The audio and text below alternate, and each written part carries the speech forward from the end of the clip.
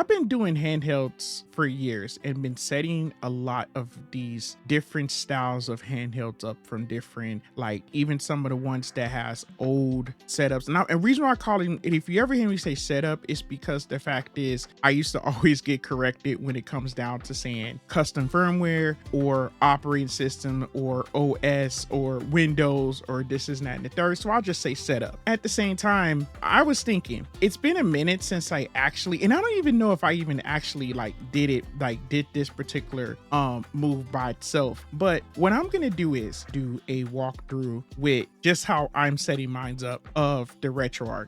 I know it's basic, but there's some that might not know how to set it up. They might not know how to, how to get it or how to, when it comes down to it on these Android devices. So what I'm gonna do, I'm gonna go ahead and do something basic like that. And I know that you're like, oh, this is so basic, everybody knows it, but not everybody knows this stuff. So, so I'm just gonna try to help out people who just wanted to get started with emulation and how to set things up. And what I'm gonna do, I'm gonna be using this Retroid Pocket Flip that I just got in. I have a plan that I want to do on this setup, but I kind of thought this over about helping others. The reason why I'm just want to do that. This is how I'm setting it up. Just like I said, I don't want to call it a tutorial or a how-to video, because some people have different ways of doing certain things and there's more professional ways. And there's also more videos out there that can teach you probably way better than me. Just in case you wanted to hang with me and go through this, let's get started.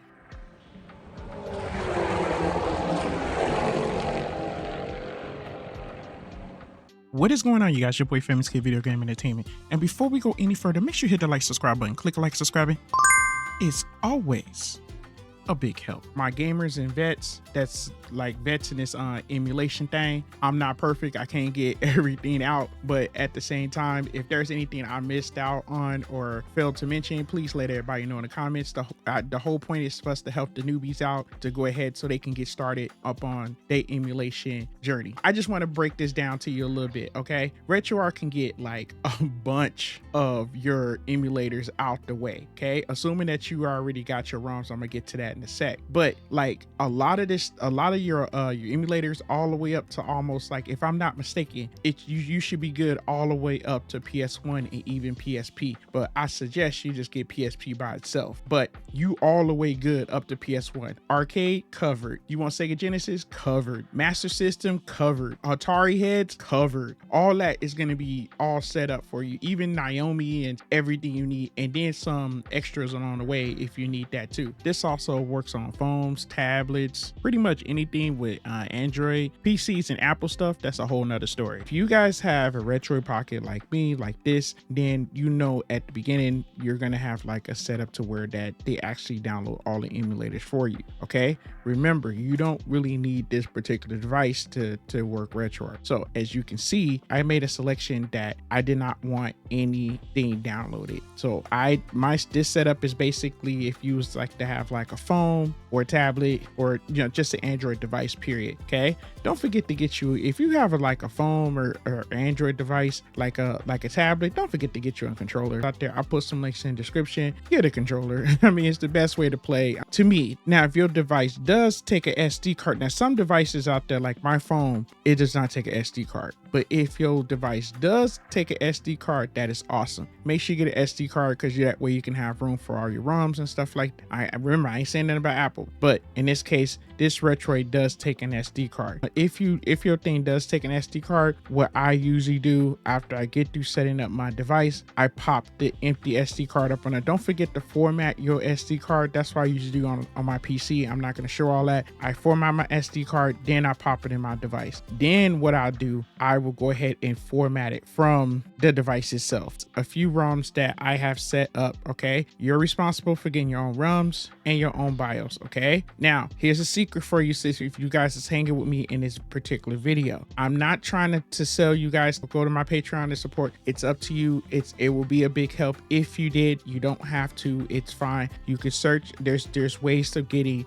your you're getting your packs and everything else. But I'm just gonna say it like this as a secret. I did upload something on Patreon in case you need it, or in case you can't find it, because you're gonna need these files in case certain emulators doesn't work. You might need this. I'm not saying too much, but you can find all your files. Okay, now moving forward, I'm gonna speak about this now. Make sure you're responsible for getting your ROMs and BIOS. Okay, make sure you have your file of your BIOS and all your BIOS files downloaded, so that way you're ready to go. These are a couple of ROMs and couple of setups that I have right here just to do this particular video. Just in case this question is going to be asked, this is just focusing up on Retroarch. In case you're asking about Emulation Station is your front end. It does create all your folders, and you're just responsible for putting your ROMs in those correct folders. But in order for you to make Emulation Station work, you have to still set up these emulators on your device for it to come on. Emulation Station, mostly emulators that's going to work through Emulation Station, you have to use Retroarch, because that's going to be one of the major back ends of that if you want everything to work. In this case, if just in case you just want Retroarch and you just want to just play a few games, you ain't trying to do too much, this will help. I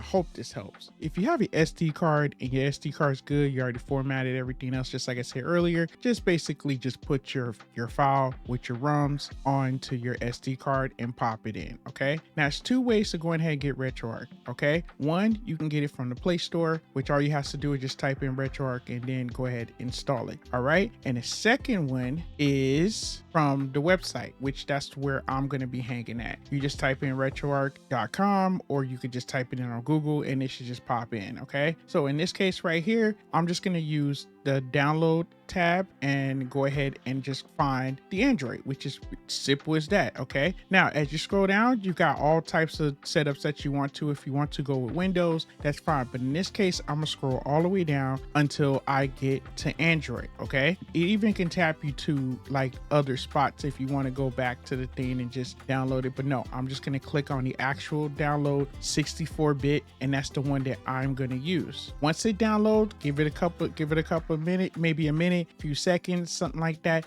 and then you can just click the open. But if you lost that open button, just go to your files and it should be where your downloads is. It should be just chilling right where your downloads, right there waiting for you. Now once you hit that, just click on it, and now it might have you give you a just for security, just open up settings and then say allow from this source. Click on that and it's just going to ask you to install. Once it's done, you can open it up right then and there, or you can just go right back to your desktop and it should be right up on top right there. Grant access to the storage, make sure you allow everything, and then it's just going to do its thing for a second. Give it a bit, let it just do its thing, and it's going to be ready to go. All right, you're in the beginning, you made it to Retroarch. Now it's just time to do some setups. Excuse my greasy hands, you know, it just the smears and stuff like that on the screen, my bad. Okay, now you can actually use your controller if you want to, but I'm just scrolling down, just kind of show you, just touchscreen is just more, just for right now, just more easier for me. And then you can go to your core downloader. That's the first thing you want to hit. Okay, now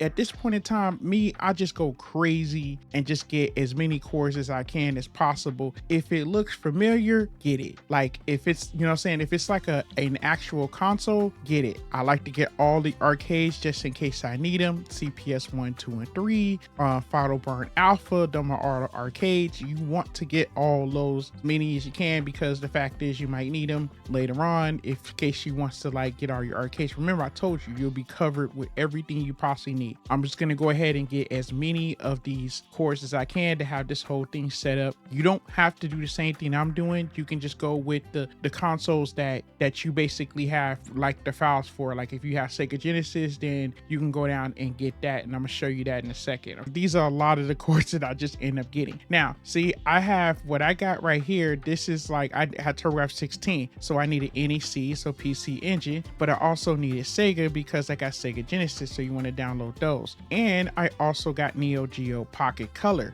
I wanted to make sure I download that core, so I got a bunch of them. You can go over Sony and everything else that you need. I went nuts and I got a whole bunch of them. Now there are some like Doom and stuff like that, Super Mario Brothers War and stuff. That's up to you if you want to get those. It's your call. Okay, now it's time to go ahead and update everything. Go to your online updater and then just start updating some stuff. So you want to update some things that's important. Update your core info files, update your assets, update your controller profiles just in case you need that. Go down and update your cheats. Did a video before about your cheats. Okay, just look up on the channel. Update your databases, your overlays just in case. Update your shaders, you know what I'm saying, because there's different types of shaders if you need it, but that's a more of another video and advanced stuff. Okay, now once you got those, go back and hit your settings and it's time to go down to directory. Okay, now we gotta get your BIOS in the proper place. So you got to go to here and then go to system BIOS. So you got to put your BIOS in the proper place so that way your BIOS can read for like those Sega CDs and stuff. You have to look for your storage. Sometimes it's being like some sort of weird like numbers or phases, something like that. But in this case, you could just go to storage and then you can look at these weird numbers right there. And then that's going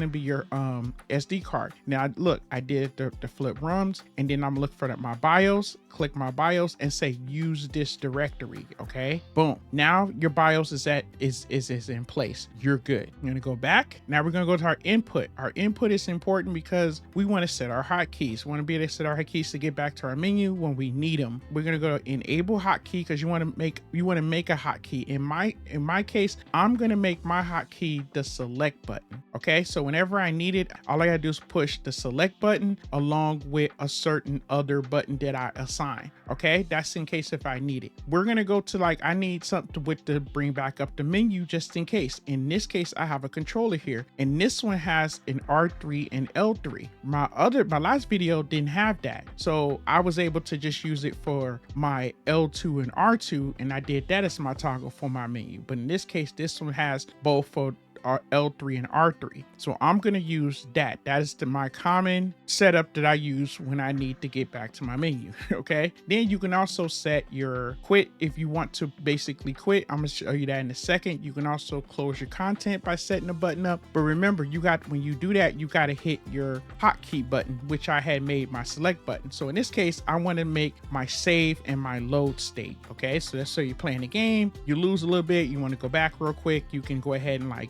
do what you got to do. Okay, but in this case, I'm going to set my load state on my left side, so I'm gonna put it L1. That's the one I'm going to use. Okay, so whenever I want to go back to my game or something like that and I need to go back and I messed up and I lost and I saved it right before I did that move, I can do that by pushing select and my L1. So that's what I'm going to assign mine to. You just take it, make sure you hold on to the button, the corresponding button. Then I'm gonna do my save state as my R1 button. So I assigned those. Okay, now as a few more things I want to do. Let's also create you could do a rewind button. You can set a thing for that. As long as you push that hotkey button, you can select the corresponding key for that. But in this case, I'm going to do quit. What I'm going to do, I'm going to put quit as the start button. So if I press start and select, it's going to quit Retroarch. Okay, for your hotkeys. I just wanted to just kind of, if I repeat myself, just forgive me for that because I'm just trying to make sure that I explain it the best way as possible. Don't forget to save your configuration just in case. It'll also automatically save once you quit Retroarch, but just in case you want to save your current configuration.